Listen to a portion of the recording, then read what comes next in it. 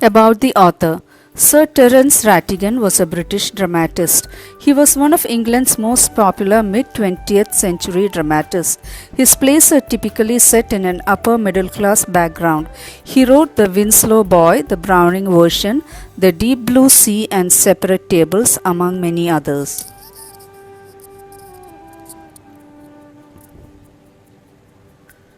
Introduction. The Browning version presents a conversation between a lower 5th grade student Taplow and Mr. Frank, a teacher from the school where Taplow studies. From their conversation, we come to know that Taplow is there to do some extra work and extra duty as punishment for his teacher, Mr. Crocker Harris. In the absence of Mr. Crocker Harris, we get to know a lot about him through Taplow's conversation with Mr. Frank. Let's look at the summary of the play, the Browning version.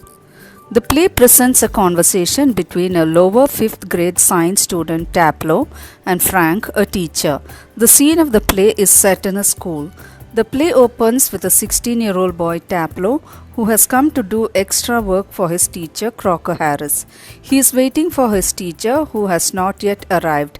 Another teacher, Frank, finds Taplow waiting in the room and strikes a conversation with him. From the conversation between Frank and Taplow, we are informed that Taplow is waiting for his result to be declared on the following day. He is keen to specialize in science provided he gets a favorable result. The uniqueness of Mr. Crocker Harris is hinted as he does not tell the results like the other teachers do. He follows the rule of the headmaster declaring the results on the last day of the term. The conversation provides an insight into the mind of Taplow. He lets Frank know how much he dislikes the play Agamemnon. He is more interested in science. He admits that though the play is not that bad, the way it is taught is terrible. Just a lot of Greek words strung together and 50 lines if you get them wrong. Taplow is doing extra work as he had missed a class a week ago. Frank remarks that Taplow will certainly get his remove for doing the extra work, but Taplow feels the other way. He asserts such sort of rules do not work with Mr. Crocker Harris as he is not like other teachers who appreciate the students who do extra work. As per Taplow, Crocker Harris is a different kind of teacher. He is too strict and hardly human. Unlike other teachers, he does not tell his students their result before the judgment day. Taplow had asked Harris about his remove, and in response, Harris told him that he has given Taplow exactly what he deserves, no less and certainly no more. After calling Taplow for extra work, Crocker Harris himself is late by 10 minutes. Frank points out that Crocker is late. Taplow has a chance to leave and play golf. However, Taplow seems shocked at this suggestion and is scared that Mr. Crocker Harris might follow him home. Frank admits envying Mr. Harris for the effect he has on his students. He asks Taplow if Mr. Harris beats them.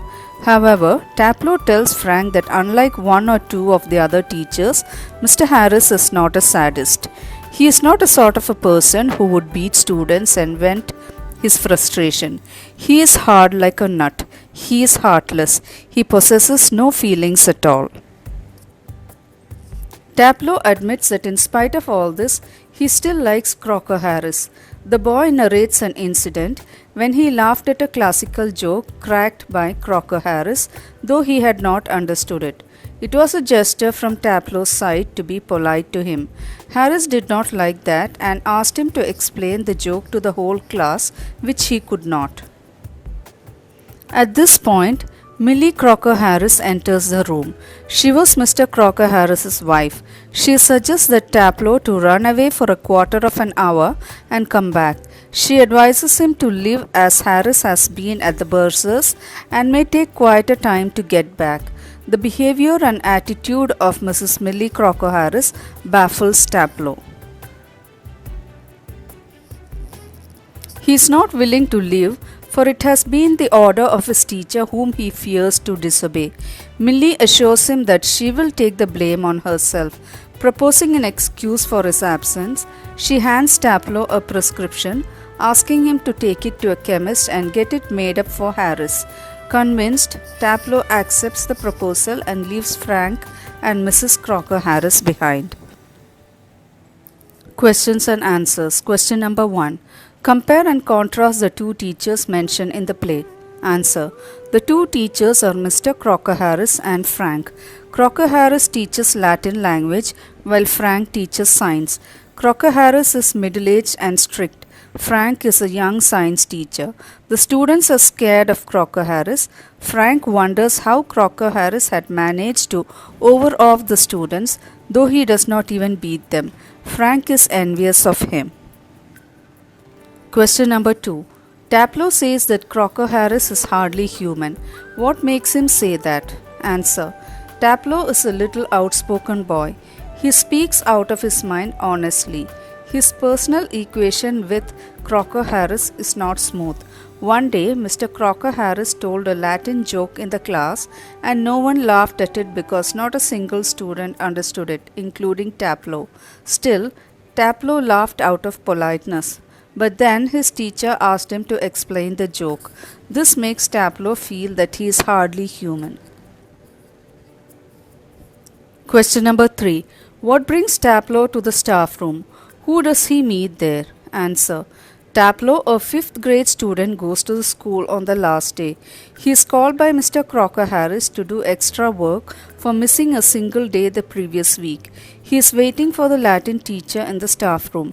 Frank, the young science teacher, arrives and starts talking to him. They discuss Crocker Harris. In fact, Frank is envious of Crocker Harris' hold on the young boys.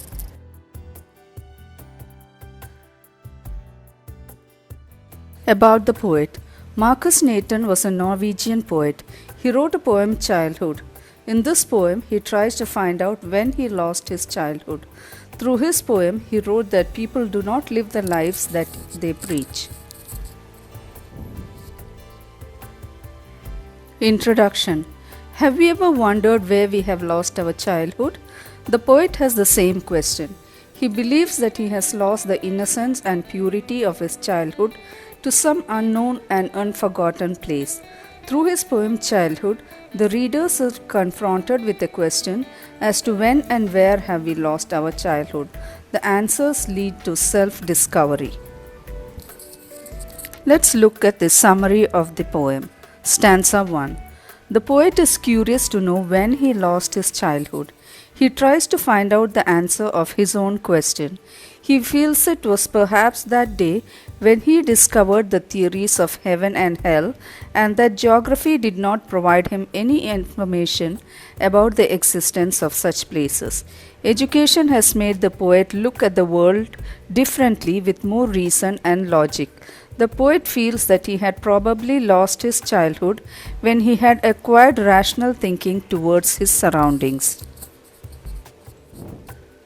Stanza 2. In this stanza, the poet figures out that the adults around him did not practice what they usually preached. They taught others to be loving and caring when they themselves were violent and mean. This is when the child lost his trust and faith in the adults. The poet realizes that probably the loss of faith and trust might have been the major steps towards losing his childhood.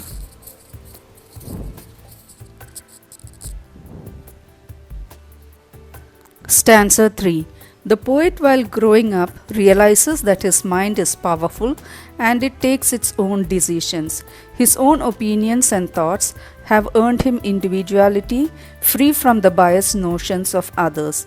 This is when he thinks that his individuality and experiences have taken away the childhood from him. Stanza 4. Finally, in the ending stanza of the poem, the poet changes his question from when to where he has lost his childhood. Marcus Nathan says that his childhood has gone hiding into some forgotten place. It can be found in an infant's face. The last lines can be interpreted as that the childhood is a lost memory. We call the fantasies and the moments associated with it, but at the same time, the innocence and the childhood are irrevocably lost. Here are some of the poetic devices used in the poem. Repetition. When did my childhood go, and was that the day? Alliteration. My mind, whichever way, that day, and the time. Let's look at the questions and answers. Question number 1. What according to the poem is involved in the process of growing up? Answer. According to the poem, the process of growing up involves the attainment of mental maturity. A person is said to be grown up when he has become logical, rational, and is able to build his own thoughts. A grown up has the power to distinguish between reality and fantasy. Read the extract and answer. Extract number 1. When did my childhood go? Was it the day I ceased to be 11? Was it the time I realized that hell and heaven could not be found in geography and therefore could not be? Was that the day? Here are the questions. Give the title of the poem and the name of the poet. What, according to the poem, is involved in the process of growing up? What is the poet's feeling towards childhood? What did he search for in his geography book? Here are the answers. Answer 1. The title of the poem is Childhood. The poet's name is Marcus Nathan. Answer 2. As the poet grew up, he began to think, question, and challenge the things which had been taught to him by grown-ups. Answer 3. The poet is somewhat sad at the loss of his childhood innocence, simplicity, and honesty. Answer 4. He searched for hell and heaven in his geography book. Here is the second extract. Where did my childhood go? It went to some forgotten place that's hidden in an infant's face. That's all I know. The questions. What does the poet want to know? Why does he hold childhood so dear? Where can one see childhood in pure form? What is hidden in the infant's face? Let's look at the answers. Answer 1.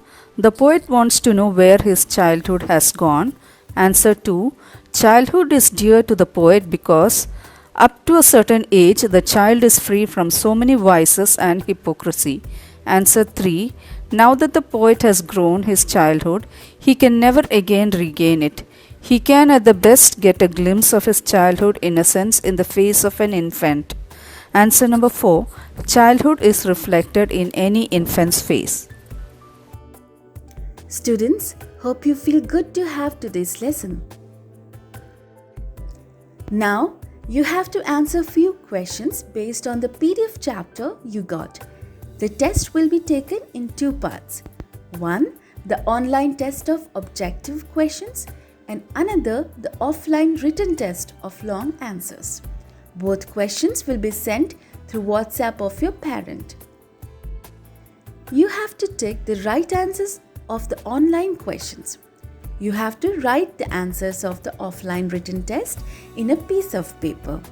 Take a photo of the answer sheet and then send to the teacher through WhatsApp. Please do not copy the questions in the answer sheet. Put the question number and write answers only.